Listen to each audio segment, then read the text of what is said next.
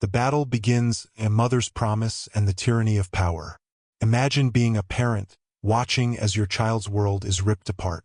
You can feel your heart breaking, but you know you have to hold it together. What would you do if someone tried to take away your child's lifeline? This is the story of my son, Jason, and his guide dog Max. A story that started with a simple promise and quickly spiraled into a war with an unlikely enemy. Our HOA president, Deborah.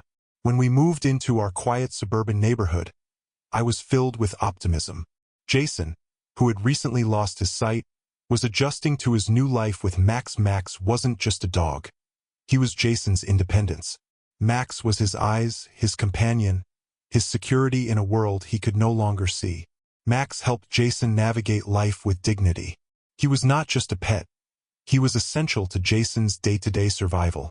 But this simple, beautiful connection would be tested by the very people who were supposed to be helping keep our community safe, the Homeowners Association.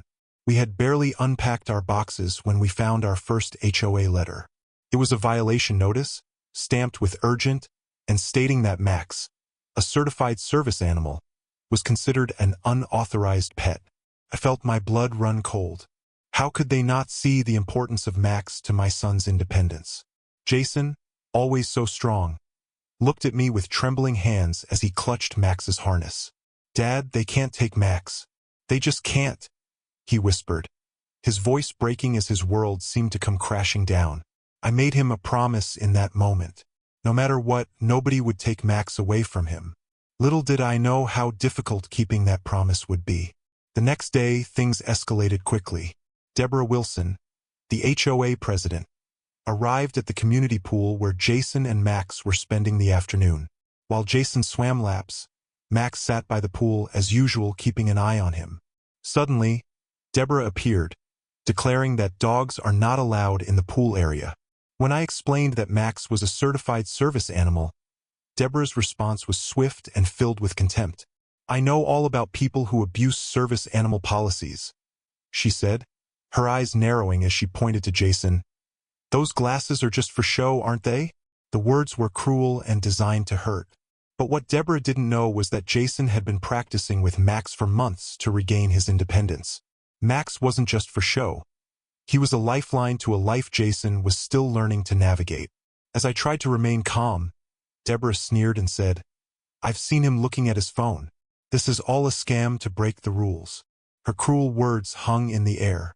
How could someone be so heartless, especially when Jason, a young boy who had lost his sight, was simply trying to live a normal life? The situation was not only an attack on Max, but also a clear violation of Jason's rights. And what made it worse was that Deborah wasn't acting alone. The entire HOA seemed to have turned a blind eye to the real issue at hand. As Deborah left, Mr. Rodriguez, a neighbor and retired military veteran, stepped in and said, "Enough is enough. That dog is no different than the service animals I had for my PTSD. Are you going to kick me out too?" His support was a small but significant turning point. We were not alone in this fight. That night, I knew I had to act. I called our family lawyer who specialized in disability rights. This wasn't just about a dog. It was about protecting Jason's independence and standing up against an unjust system. Our lawyer immediately recognized the gravity of the situation and reassured me that we had a strong case. We could fight this with the law on our side. But I also knew that fighting a power-hungry person like Deborah wouldn't be easy. We started gathering evidence. I took videos, recorded interactions, and built a case that we would present to the HOA board. Deborah, for her part, seemed unfazed by the looming legal threats. She seemed more obsessed with her control over the neighborhood than actually understanding the law. What Deborah didn't realize was that we had already begun to turn the tables. But before we could even meet with the board, things took a darker turn. I found a bright neon pink violation notice on our doorstep, a warning about overgrown grass, improper trash placement, and other trivial issues. These fines were clearly fabricated, not based on any real violations. This wasn't about following the rules, it was about harassment. And Deborah wasn't just targeting our family. She was systematically trying to break us down. As the attacks became more personal and the harassment escalated, Jason started noticing something strange. He would hear footsteps behind him during his walks with Max. When he told me, I decided to investigate. Sure enough, there was Deborah, lurking in the background, taking photos of Jason and Max. She had become obsessed, and this was no longer just a battle over a dog. It was a battle over power and control. The final straw came when Deborah tried to manipulate animal control into taking Max away. She reported that Max had attacked someone, even though no such incident had occurred. But thanks to the video footage from our security cameras and testimonies from neighbors who witnessed our routine, we were able to prevent her from succeeding. In fact, the situation exposed Deborah for who she truly was, and the community began to see her in a new light. Deborah had miscalculated. What started as a battle to keep a dog turned into a much larger fight against discrimination, harassment, and the abuse of power. We were no longer fighting just for Max. We were fighting for Jason's rights, for fairness, and for the dignity of every family in the neighborhood. This was not just about a service dog. It was about standing up to bullies, protecting your family, and fighting for justice when it feels like the system is stacked against you. The hidden battle, uncovering Deborah's dark secrets and fighting back. As the days went by, it became increasingly clear that this wasn't just about some petty HOA rule enforcement. Deborah wasn't merely a strict HOA president. She had transformed into a relentless force, a person willing to do anything to maintain her control and power in the community. The actions she took against us weren't isolated incidents. They were part of a larger, more sinister plan that was beginning to unfold. And that plan, as we discovered, was aimed at much more than just silencing us. It was a calculated effort to break us down, to strip Jason of his independence, and to push us out of our own community. The first warning signs. It wasn't until we started gathering evidence and strategizing with our attorney that the magnitude of Deborah's tactics became clearer. The first warning signs had appeared when she dismissed Max's service animal certification and instead chose to label him as an unauthorized pet. At the pool, her behavior was nothing short of an attempt to undermine our rights. When I tried to calmly explain that Max was legally recognized under the Americans with Disabilities Act, ADA, she brushed it off with contempt, dismissing the law as fake. Her blatant disregard for federal law was more than just arrogance. It was a power move. Deborah believed she could do whatever she wanted, and it was starting to look like no one could stop her. But this battle was only beginning. Deborah had clearly crossed a line, but as we would soon learn, she was not a lone wolf. She was backed by the system she had manipulated over the years. The HOA's harassment escalates. Every day it felt like there was a new violation notice, a new attack. It started with minor violations, grass being a fraction of an inch over the limit, our trash bins being placed incorrectly, and unapproved window coverings. But it didn't stop there. What Deborah had done was far more malicious than simply enforcing trivial rules. She was escalating a personal vendetta and using her power to make our lives a living nightmare. The fines were absurd. Each day brought a new infraction, each more petty than the last, and they started piling up. What was once a neighborhood with simple rules now felt like a battlefield. Jason was having a hard time understanding why someone would target him so viciously. After all, Max had been his companion through some of the darkest times in his life. The dog wasn't just a pet. He was a symbol of Jason's resilience. The turning point, uncovering Deborah's dark past. Despite the mounting pressure, we remained focused. We knew we couldn't back down. What Deborah hadn't anticipated was our decision to gather allies. After the confrontation at the pool, I noticed a subtle shift in the community. Neighbors who had once kept to themselves began to take notice. Mrs. Jenkins, a kind elderly woman, stepped forward with support. "I have a therapy dog for my grandson," she told me, offering solidarity. "We need to stand together on this." As word spread about the HOA's treatment of our family, more people began to come forward with their own stories. It became clear that Deborah's tactics were not just directed at us. She had a history of targeting vulnerable individuals in the neighborhood, people who couldn't fight back easily, disabled families, elderly residents, and single parents. It turned out Deborah's aggressive behavior was part of a pattern of harassment that had been happening for years. She wasn't just trying to uphold the rules. She was using the HOA to push people out of their homes, people who didn't fit her vision of a perfect neighborhood. The more I learned about Deborah's past, the more I realized how deep her influence ran. I had no idea she was capable of something so malicious, but the more we dug, the more we uncovered. Deborah had once been involved in a lawsuit with another HOA over a service animal issue. But instead of championing the cause, she had tried to manipulate the situation for her own gain. It became clear that her hostility towards service animals wasn't a new development. It was part of her ongoing crusade against anyone who didn't conform to her standards. The tipping point, the attack on Max. The tipping point came on a day like any other. Jason, as usual, was out for his walk with Max. But this time, something felt different. Jason's voice trembled as he told me, "Dad, someone's following us." Max keeps looking back and getting tense. I didn't need to ask who it was. I knew.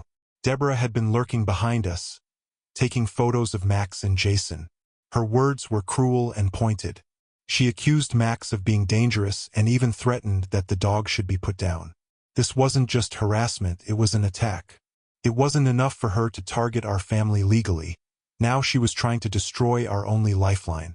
The cruelty of her words, the coldness in her actions, made my blood boil. But I wasn't going to let her break us. I confronted her directly, demanding she stop her harassment. But Deborah wasn't backing down. She smiled mockingly, and I realized this wasn't just about a service dog anymore. It was about control.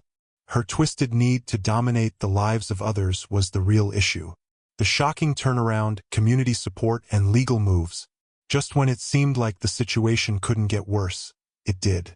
Early one morning, I received a frantic call from Mrs. Jenkins. "Animal control is here," she said. "They're trying to take Max." Panic surged through my veins. I raced home, my mind spinning. What was happening now? When I arrived, I found a crowd gathered outside our house. There was Jason, holding Max, tears streaming down his face. Animal control had arrived, armed with a report claiming Max had attacked someone. But I knew it wasn't true. Max had been with us all morning. I pulled out my phone and checked our security footage. Sure enough, there was no incident. Deborah's false claims were starting to crumble. As animal control hesitated, trying to figure out what to do, neighbors stepped forward. "I saw them this morning," Mr. Chun said, offering his footage. Max didn't attack anyone. It was clear the community was finally seeing Deborah for who she really was. She had been manipulating the system, using her power to try and take away what mattered most to our family. But the community wasn't standing by anymore. They were taking action. The fight for justice, exposing Deborah's lies. The fight had gone public, and Deborah was starting to unravel. Her lies were exposed for the world to see. Neighbors spoke up, videos were shared, and the truth spread like wildfire.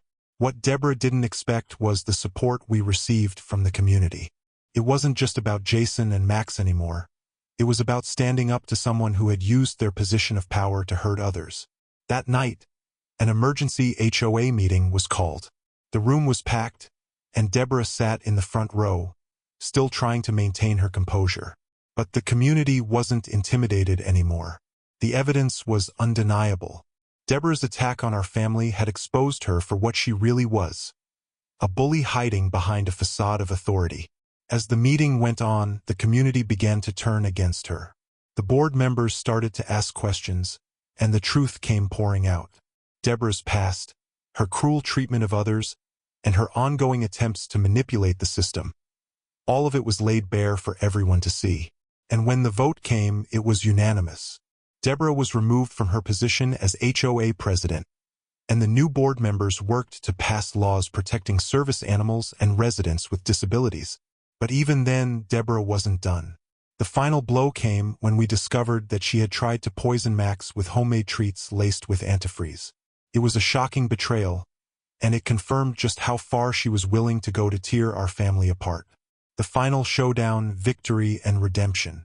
As we moved forward, the battle for justice was becoming more than just a fight for Max and Jason. It had turned into a full-blown war against corruption, manipulation, and the systemic abuse of power. Deborah's actions had sparked a chain reaction that united our community in a way I never imagined. What once seemed like a battle we might lose was now something we were determined to win, thanks to the unwavering support of our neighbors, legal experts, and a community that had finally decided to take a stand. The community's uprising. Deborah had underestimated the power of a united community. The first sign of her downfall came the morning after the emergency HOA meeting. People from all corners of the neighborhood came to us with their stories. These weren't just stories of harassment or overbearing rules. They were stories of families who had been pushed to their breaking points by Deborah's petty power trips. Families with children who relied on service animals, elderly residents who had been fined for minor infractions, and single parents who found themselves under constant scrutiny. When I thought about how Jason had suffered, I couldn't help but feel a surge of pride for the way our neighborhood was rising up. Mrs. Jenkins, a longtime resident, took it upon herself to organize a movement, making sure that every house in the neighborhood had signs that read, "Service animals welcome here."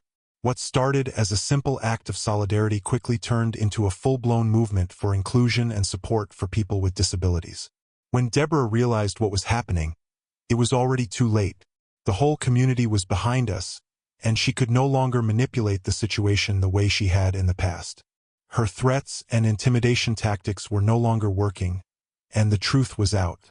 Deborah was losing her grip on the neighborhood she had once controlled with an iron fist. The legal battle fighting for our rights.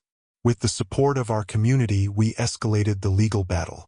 Our attorney began gathering all the evidence we could find to prove that Deborah's actions weren't just malicious. They were criminal. As more neighbors came forward with their own stories of mistreatment and discrimination, our case became stronger. The fight was now about more than just the HOA. This was about a broader issue of discrimination against people with disabilities and their rights to live freely without fear of harassment. In the courtroom, the momentum shifted in our favor. The legal team worked tirelessly to expose the depth of Deborah's actions and the extent to which she had manipulated the system for her personal gain. The stakes were high, but we were no longer fighting alone. We had the weight of public opinion on our side, the power of community support, and the unyielding commitment to ensuring that what happened to us would never happen to anyone else again. It wasn't just about Max anymore.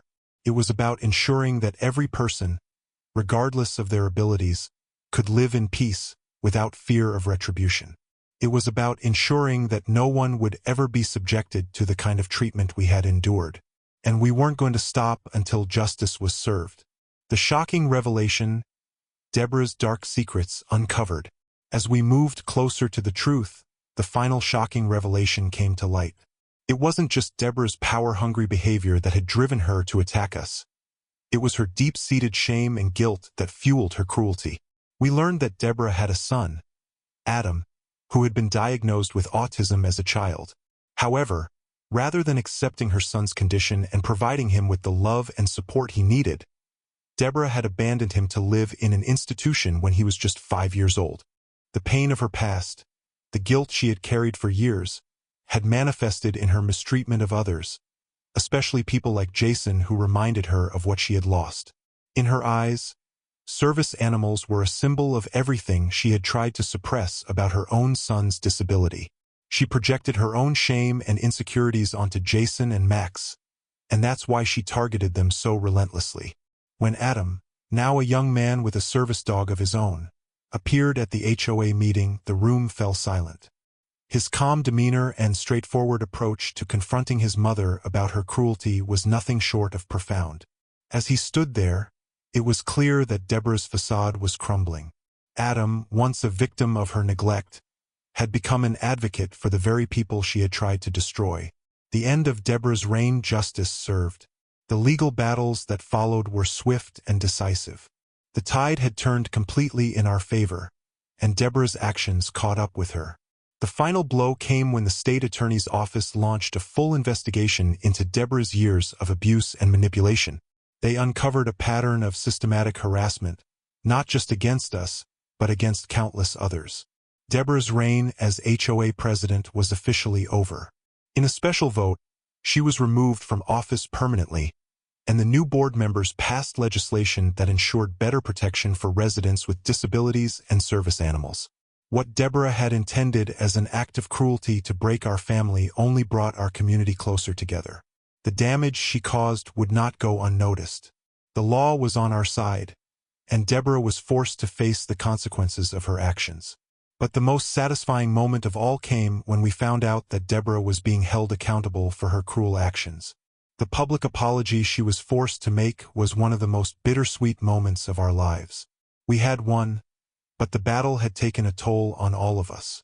The victory, however, was more than just a legal one. It was a victory for the entire community, for every person who had been targeted, for every person who had been told that they weren't enough. A new beginning for the neighborhood. In the months that followed, our neighborhood was transformed. What had once been a place of division and exclusion became a place of acceptance, understanding, and community. New guidelines were put in place to protect residents with disabilities, and a sense of solidarity emerged that hadn't been there before. Jason, with Max by his side, led the first-ever walk for service animal awareness in our community. What started as a small, personal victory became a movement. People who had once been afraid to speak out now felt empowered. The neighborhood that had once been divided was now united, and it was stronger than ever. And as for Deborah, she was no longer a figure of power. She had lost everything: her position, her reputation, and, most tragically, her son's respect. The house she had once used to project an image of perfection was now a symbol of her fall from grace. The irony was not lost on anyone. Deborah had spent her life trying to create a perfect world, but in the end, it was her own flaws that destroyed her. The strength we found in our struggle. In the end, what Deborah had tried to destroy, our bond as a family, had only grown stronger. The fight we had endured brought us closer, and the strength we found within ourselves was something neither Deborah nor anyone else could ever take away. Jason had taught me something I hadn't fully understood before. Sometimes, the people who try to break us end up making us stronger than we ever thought possible. The love between a child and their service animal is irreplaceable, and no amount of power or manipulation can change that.